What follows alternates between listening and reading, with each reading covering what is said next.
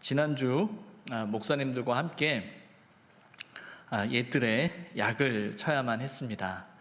지금 6월 달이잖아요. 보통 5월, 6월 되면 옛들의 이제 앵두가 열리게 되고, 이제 한여름엔 이제 자두를 따먹게 되는데, 그 전에 지금 한참 과실을 맺고 있는 중이고, 또 이제 뽕나무에는 이제 오디가 잔뜩 열려서 오디를 먹으면 또 맛이 있습니다. 그런 과실이 열려지고 있는 걸 알고 있기 때문에 옛들의 약을 친다라는 것이 마음에 이제 부담이 있고, 또 동네 분들이나 늘 이렇게 더위를 피해서 이렇게 바람 쐬러 오시는 분들이 점점 더 많아지기 때문에 약을 친다라는 부담이 있었습니다. 근데 그럼에도 불구하고 약을 쳐야만 했던 이유는 옛들 입구에 서 있는 이 소나무 때문입니다. 혹시 주의 있게 보신 분들은 보셨을 것 같은데, 언제부턴가 이 소나무가 색을 잃어가고 있는 겁니다. 요즘처럼 그러니까 실록이 이렇게 짙어져만 가는 이때에 사시사철 푸르다라고 말하는 이 소나무의 그 푸르름이 더 깊어져야 가야만 하는데, 그 나무는 유독 색을 잃어가고 있는 거예요. 보통 소나무는 봄에 난 그 싹이 잎이 그해 가을에 떨어지지 않습니다. 한 해 걸러서 다음에 떨어지게 돼요. 그러다 보니까 낙엽은 지지만 그러나 늘 푸르게 보여지는 이유가 이제 거기에 있는 거예요. 그래서 보통 10월에 그렇게 솔잎이 떨어지거나 하는 경우들이 많이 있으니까, 그때 그렇게 누렇게 변하면 때가 됐으니까 그런가 보다라는 생각을 갖는데, 지금은 그럴 때가 아니잖아요. 그래서 저게 왜 그러지? 저 나무가 뭐가 문제가 있나? 라는 생각에 문의를 했더니 소나무응애라고 하더라고요. 소나무응애. 이 병충해 이름인데, 응애가 뭐냐면 일종의 진딧물 같은 거예요. 진딧물 같이 생긴 건데, 그게 나뭇잎을 덮어서 누렇게 보이는 거죠. 그래서 문의를 했더니 소나무 응애인지 확인하는 방법은 나무 밑에 가서 흰 종이를 깔고 나뭇잎을 툭툭툭 쳐서 털어보면 떨어지는 게 있다라는 거예요. 그래서 해봤더니 떨어지는 게 누렇게 떨어지는 것들이 있더라고요. 이게 바로 이제 작은 벌레 같은 거죠. 이 벌레가 그 소나무를 잔뜩 덮고 있는 겁니다. 그대로 두면 이 소나무는 고사하게 되는 거죠. 때로는 그대로 두다 보면 이 썩은 가지를 잘라내게 되는데, 그러다 보면 소나무가 가지고 있는 나름의 그 수형, 모양이 있잖아요. 그 모양이 깨지게 되면 그 가시도 떨어지고 또 모습도 예뻐지지 않는 이제 그런 상황이 되는 거예요. 이제 그걸 알게 돼서 급하게 약을 쳐야만 했죠. 약을 치면서 이런 생각을 해보게 됩니다. 모든 것이 다 푸르른데 그 소나무 한 그루만 그렇게 병든 그 색이 변하는 모습을 이렇게 보면서, 요즘 우리가 마태복음의 말씀을 우리가 쭉 함께 읽어 내려가고 있잖아요. 이 마태복음의 말씀을 읽어 내려갈 때 예수님의 가르침을 통해서, 예수님의 사역을 통해서 놀라운 이적들이 일어나고 있습니다. 그리고 그 예수님 앞에 나와서 자신의 연약함을 아뢰고 정말 하나님의 은혜를 구하는 이들에게 치유의 역사가 일어나고 새 생명의 역사가 일어나고 있음을 우리는 보고 있죠. 정말 새싹이 돋아나듯이 정말 실록이 짙어져만 가는 어떤 생명의 역사를 우리는 말씀을 통해서 봅니다.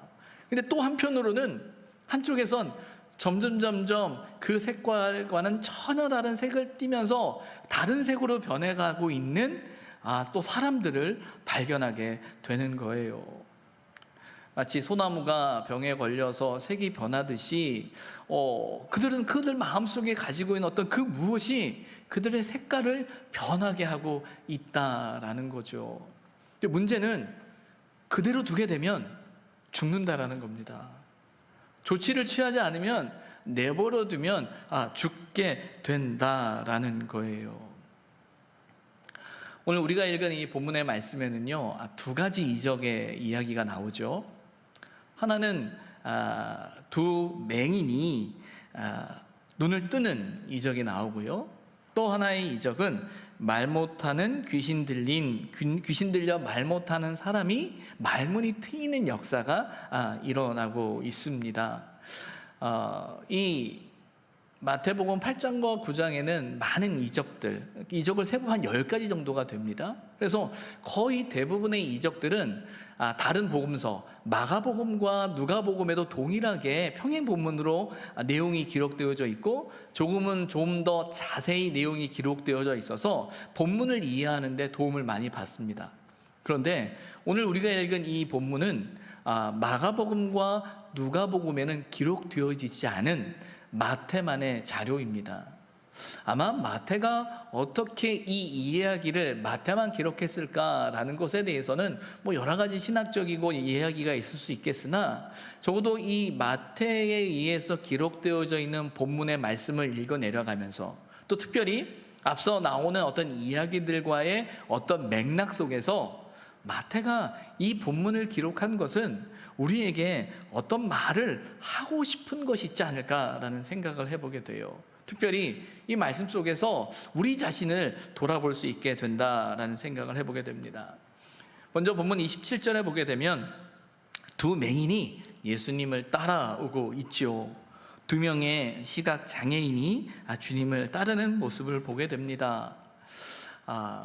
이 당시에 우리가 본문을 계속 읽어가면서 보고 있는 것처럼 많은 사람들이, 말 그대로 무리들이 예수님을 따르고 있음을 보게 돼요. 그리고 예수님을 만남을 통해서 일어나는 놀라운 이적들을 그들이 듣고 이야기하면서 예수님을 따르는 거죠.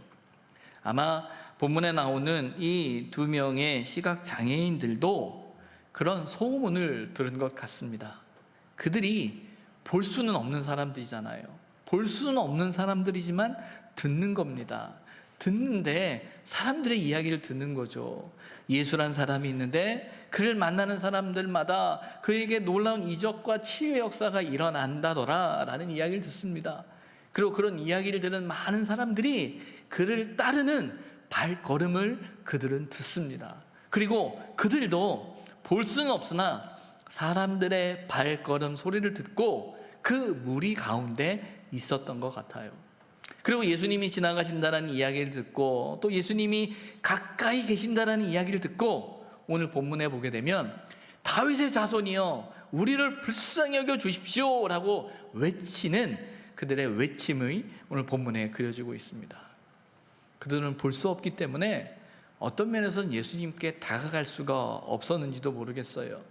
앞서 나오는 것처럼 12의 혈루증으로 고생하고 있는 그 여인이 정말 예수님 앞에 설 수 없고 사람 앞에 나설 수 없지만 그래서 예수님의 옷자락을 붙들고자 하는 그 마음으로 조심스럽게 예수님의 뒤에 가서 그 옷자락을 잡은 것처럼 정말 조심스럽게 예수님 앞에 가고자 해도 볼 수 없기 때문에 갈 수 없는 사람이었죠.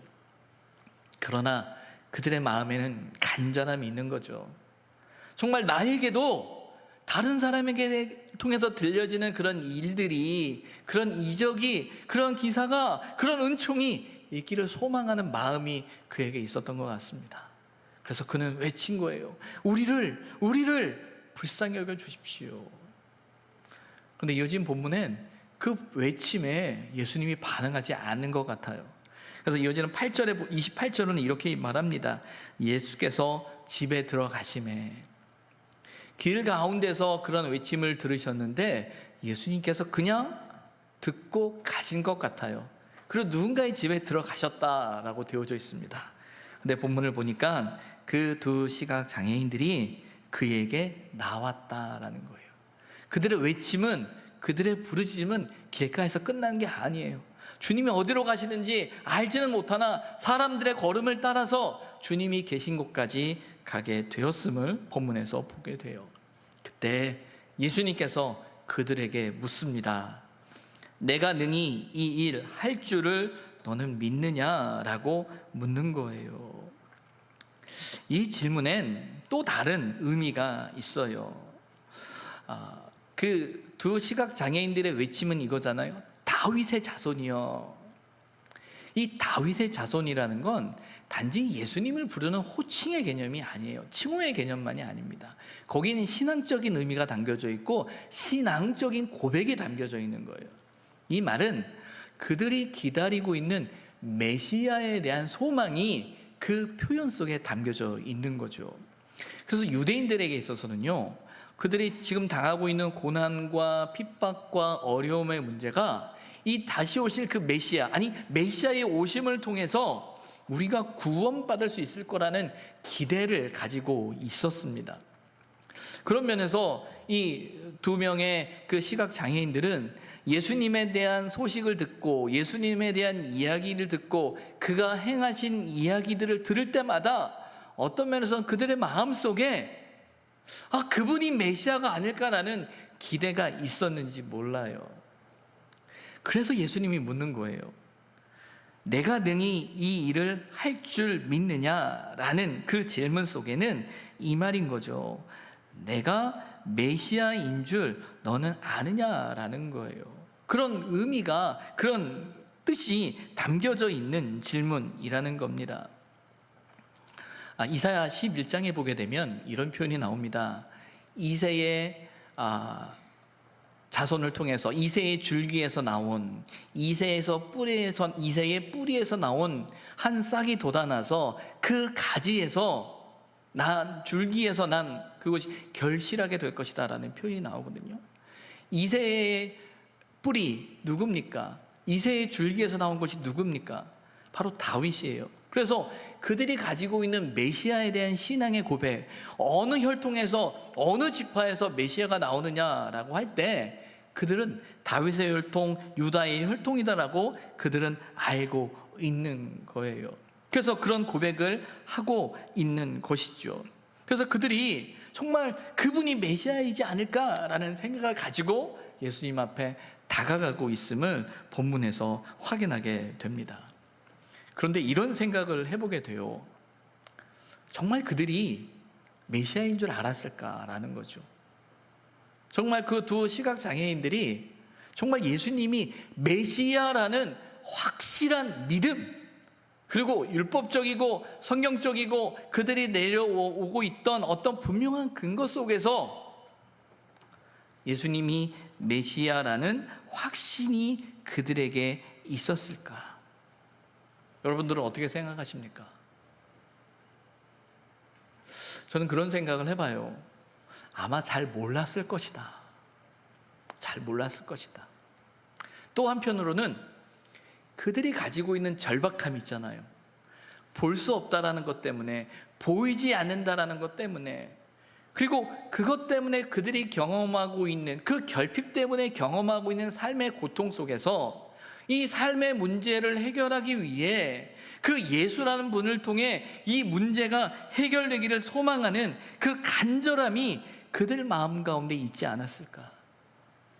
어찌 보면 얻어 걸린 고백일지도 모르겠어요. 알기 때문에 확신 가운데 외쳤던 고백이 아니라 어떻게든 예수님께 자신을 드러내고 관심을 받고자 하는 인간적인 몸부림이고 노력이었는지 모르겠어요.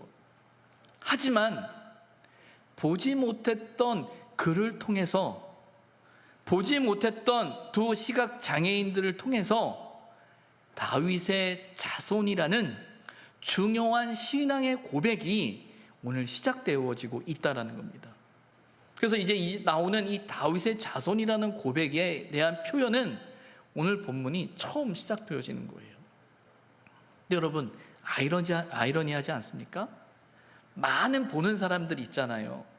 예수님의 이적의 현장 속에서, 예수님의 사역의 자리 속에서 예수님에 대한 이야기를 들을 뿐만 아니라 많이 보는 사람들도 분명히 있었을 터인데, 그 다윗의 자손이라는 메시아라는 그 신앙의 고백이 보지 못하는 그 사람들을 통해 선포되어지고 있다라는 사실은 우리로 하여금 무언가를 생각하게 합니다. 이어지는 29절에 예수님께서는 그들의 눈을 만지시고 너희의 믿음대로 되라고 말씀하고 계시는 걸 보게 돼요. 너희의 믿음대로 되라라는 거예요. 여러분, 이 믿음이 무엇입니까? 이 시각 장애인이 가지고 있는 그 믿음이 무엇일까요? 하나님의 응답, 하나님의 일하심에 대한 어떤 믿음을 이야기할 때 이 두 시각 장애인이 표현하고 있는 것처럼 다윗의 자손이여라고 외치고 우리를 불쌍히 여겨 주십시오라는 그 외침이 우리는 종종 우리의 열심으로 재해석되는 경향이 있어요. 그러니까 말 그대로 예수님의 그 반응을 이끌어내기 위해서 우리가 어떻게 예수님께 어필하느냐, 우리가 어떻게 하나님 앞에 어필하느냐에 따라서 하나님이 우리에게 반응하신다라는 생각을 종종 할 때가 있죠. 부르짖어라, 내가 응답할 것이다 라는 말씀 속에서 정말 간절히 큰 소리로 부르짖음이 하나님을 향한 부르짖음이라고 생각하는 그런 단순한 마음이 우리에게 있습니다. 하지만 여기서 믿음은 그가 얼마나 간절하게, 얼마나 열심히, 얼마나 최선을 다해서 외쳤느냐라는 그 열심의 문제가 아님을 우리는 알죠. 여기서 나오는 그 간절함은, 그 고백은, 그 믿음은 무엇이냐면 하나님이어야 한다라는 거죠. 당신이어야 한다라는 거죠. 그리고 어떤 면에서는 내가 당신을 누군지 잘 모르지만 당신을 통해서 나타난 역사와 이적이 오늘 우리의 삶 가운데도 내 삶 가운데로 이루어지기를 소망하는 그분에 대한 기대죠. 그 믿음대로 될지어다 라는 그 말씀은 그가 하나님을, 주님을 바라보는 그 믿음이 그에게 있음을 우리는 발견하게 돼요. 그런 면에서 저와 여러분 안에 그런 믿음, 그런 사모함이 필요합니다. 하나님 앞에서 부르짖어 기도하는 것, 하나님 앞에 나아가는 것, 하나님을 향한 우리의 신앙적인 그 열정, 하나님을 향한, 하나님을 믿음에 대한 어떤 고백이 우리는 많이 점잖아졌어요. 물론 점잖해야죠. 점잖게 믿어도 됩니다. 전에 그 돌아가신 이 방진일 목사님이 종종 큰 소리 내서 기도하거나 주여 삼창하는 사람들을 보면서 뭐라고 이야기하냐면, 왜 하나님 귓구녕이 막히셨냐, 왜 큰 소리 치냐, 그럴 필요 없다라고 이야기를 종종 들을 때가 있었거든요. 근데 그분은 큰 소리 쳐서 기도하지 않고 주여 삼창하지 않아요. 하지만 그 목사님이 가진 기도는 남다르고 특별했어요. 정말 하나님 앞에서 깊은 기도가 있기 때문에, 그 기도 속에서 하나님을 만나는 만남이 있기 때문에 그렇게 고백을 하는 거죠. 근데 사실은 우리는 어떤 면에서는 큰 소리를 치고 더 열심히 내가 무언가를 하는 것이 내가 무언가를 했다라는 그 마음 때문에 안심하는 경향이 있어요. 내가 무엇을 했기 때문에 안심해라라는 것이 아니라 하나님 앞에서 내가 어떠한 간절함으로, 어떠한 부르짖음으로 정말 하나님 아니면 안 됩니다라는 그 마음이 우리에게 있는가라는 어떤 신앙적인 질문이 오늘 본문 속에서 우리에게 필요하다라는 거죠. 이어지는 32절에 보게 되면 또 누군가 귀신 들려서 말을 못하는 사람을 예수님 앞에 데려옵니다. 그리고 이어지는 33절에 보게 되면 그 과정 속에 어떤 일이 있었는지는 알 수 없으나 결과적으로는 귀신이 쫓겨가고 그가 말을 하기 시작한다라고 되어져 있어요. 그리고 이 모습을 바라보는 사람들의 입술을 통해 고백되어진 말이 뭐냐면, 이 모든 일을 놀랍게 여기고 있다. 그리고 이런 일을 본 적이 지금까지는 없었다라고 말하는 군중들, 무리들의 고백이 보여지고 있습니다. 여러분, 말을 못하다가 말을 하게 되는 순간 얼마나 많은 말들이 나올까요? 얼마나 하고 싶은 말들이 많을까요? 그것처럼 많은 군중들의 그 말들을 통해서, 그들이 보고 듣고 느낀 걸 통해서 많은 사람들을 통해 예수님 행하심에 대해 놀랍게 여기고 있음을 본문은 이야기하고 있습니다. 그런데 마지막 34절에 이렇게 이야기하죠. 바리새인들에 대한 이야기가 나옵니다. 바리새인들이 뭐라고 이야기합니까? 그가 귀신의 왕을 의지하여 귀신을 쫓아낸다 하더라 라고 말하고 있어요. 예수님을 통해서 나타나는 이적들을 그들도 보았어요. 이적의 현장이 있었어요. 그런데 그 이적에 대한 그들의 해석, 정의는 뭐냐면, 그가 귀신의 왕을 의지하고 있다라고 말합니다. 이 말은 예수가 귀신의 왕과 통하고 있어서 그 귀신들이 예수가 행하시는 그 일에 순종한다라는 이야기예요. 여러분, 지금 일어나고 있는 이적의 사건은 누구의 일입니까? 누가 하신 일이죠? 하나님이 하신 겁니다. 하나님이 역사의 현장이에요. 하나님이 일하시는 자리예요. 그런데 바리새인들을 통해서 고백되어지는 고백은 뭐냐면 이건 귀신의 일이다라고 이야기하고 있는 거예요. 사람의 일이다라는 차원을 넘어서 귀신의 일이다라고 말하고 있다라는 겁니다. 그런데 우리가 이 27절부터 34절까지 본문만 딱 떼서 읽었을 땐 바리새인들의 시각이 저렇구나라는 생각으로 내용을 이해할 수도 있어요. 하지만 우리가 앞에서부터 그 사람들의 반응을 들어왔잖아요. 서기관들의 반응을, 또 다른 바리새인들의 반응을, 요한의 제자들의 반응을 우린 들어왔어요. 여기서 말하고 있는 바리새인들은요, 단지 바리새인 몇몇 사람들만 의미하는 것이 아니라 그때 당시에 이스라엘의 종교 지도자들을 대표하는 의미에서 아마 바리새인들인 것 같아요. 그들의 고백은 무엇이냐면 갑자기 나온 고백이 아니라는 거예요. 죄사함을 선포하는 예수님을 향해서 사람이 어떻게 죄를 사하느냐, 세리와 죄인들과 함께 식사하는 그 모습을 보면서 어떻게 죄인들과 함께 밥을 먹느냐, 금식을 하지 않는 사람들을 바라보면서 왜 너희는 금식하지 않느냐라고 묻던 사람들이죠. 이 말은 뭘 의미합니까? 그들이 가지고 있는 원칙과 생각 속에서 끊임없이 바라보는 거예요.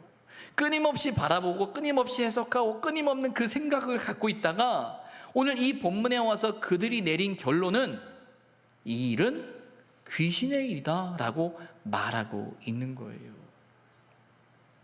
이 본문이 이 바리새인들의 표현하고 있는 이 표현이 우리에게 시사하는 바가 참 커요.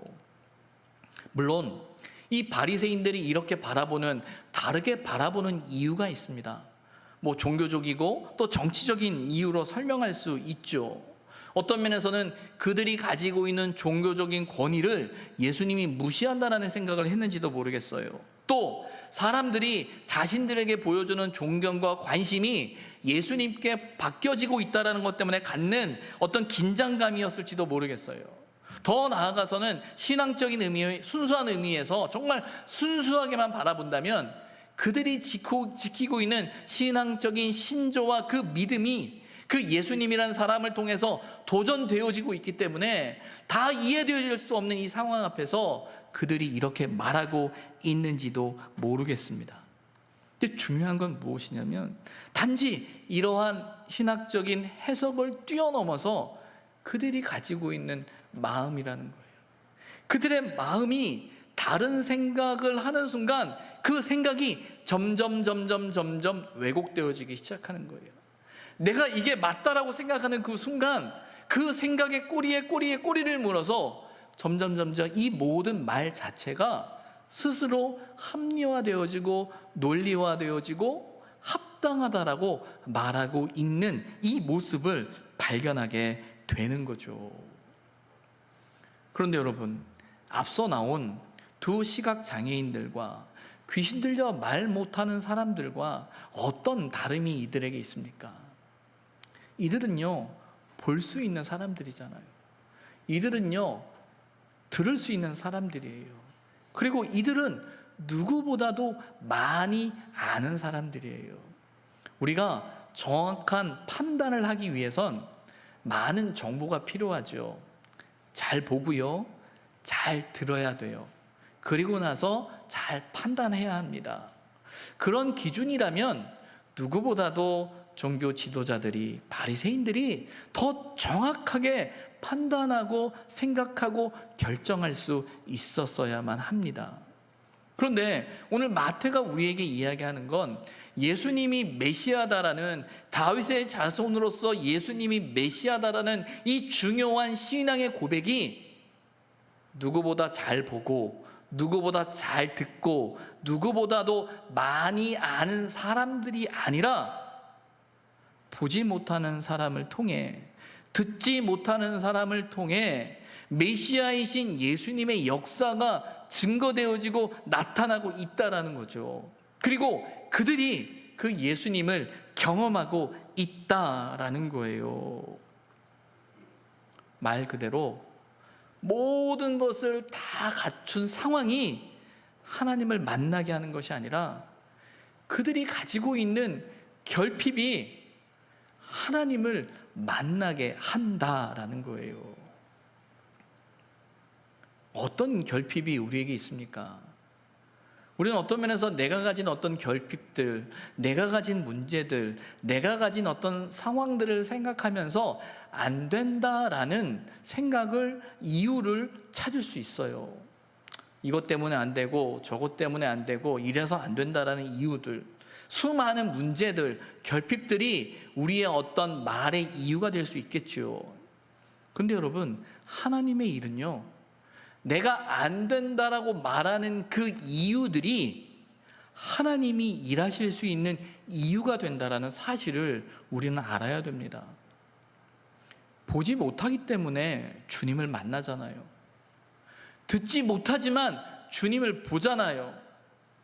그런데 보는 사람들이, 듣는 사람들이 왜 주님을 보지 못하고, 더 나아가서는 저 사람은 귀신 들렸다, 귀신의 왕의 힘을 입어서 이런 역사를 나타낸다 라고 말하고 있느냐라는 거예요.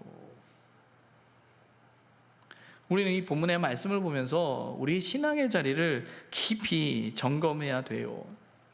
어찌 보면 앞서서 나오는 말씀들을 우리가 계속 읽어내려가면서 같은 맥락일지 모르겠습니다. 아니, 같은 맥락이에요. 마태는 똑같은 이야기를 계속하고 있어요. 그러면서 저에게 이렇게 질문하죠. 우리에게 이렇게 질문하죠. 너는, 당신은 어떤 사람이냐라는 거예요. 이 모든 상황을 바라보면서 우리는 누구냐라는 거예요. 우리는 누구냐라는 거예요. 저에게 들려지는 질문은 그거예요. 넌 누구지? 넌 어떻게 봐? 넌 어때? 라는 거예요. 여러분은 어떻습니까? 우리가 신앙생활을 하면서 하나님을 믿는다라고 말하고 있고, 믿음의 삶을 살아가고, 하나님의 말씀을 듣고 안다라고 말하고 있는데 정말 아는가라는 거예요. 그럼 우리에게 무엇이 필요하겠습니까? 우리에게 무엇이 필요하겠어요? 오늘 두 시각장애인의 고백은 이거죠. 우리를 불쌍히 여겨 주십시오.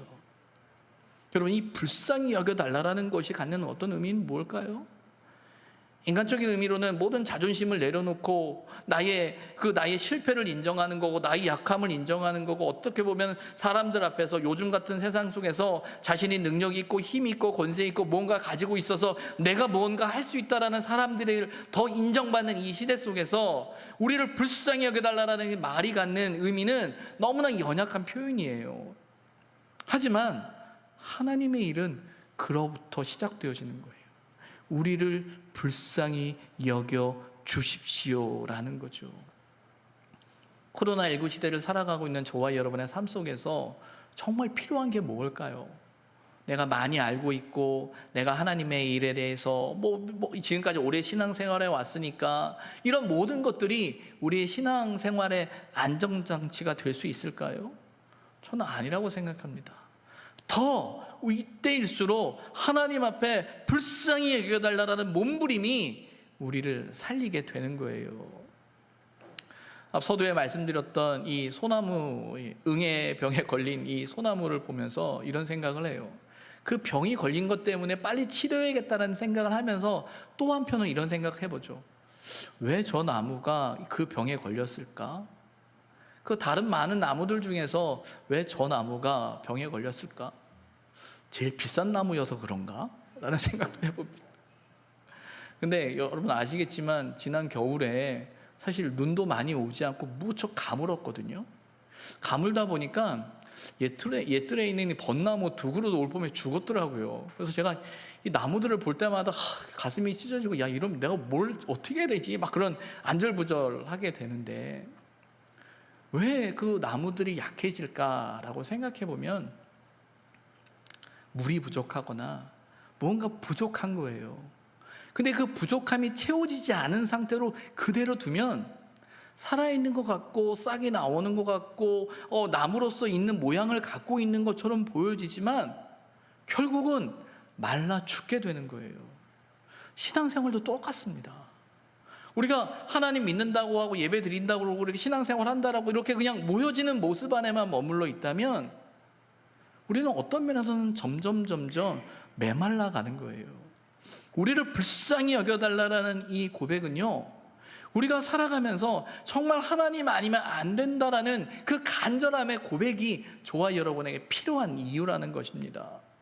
문제가 있을 때만, 어려울 때만, 아플 때만, 힘들 때만의 고백이 아니라 저와 여러분의 존재는 하나님의 긍휼하심 가운데 살아가야만 하는 존재인 거예요.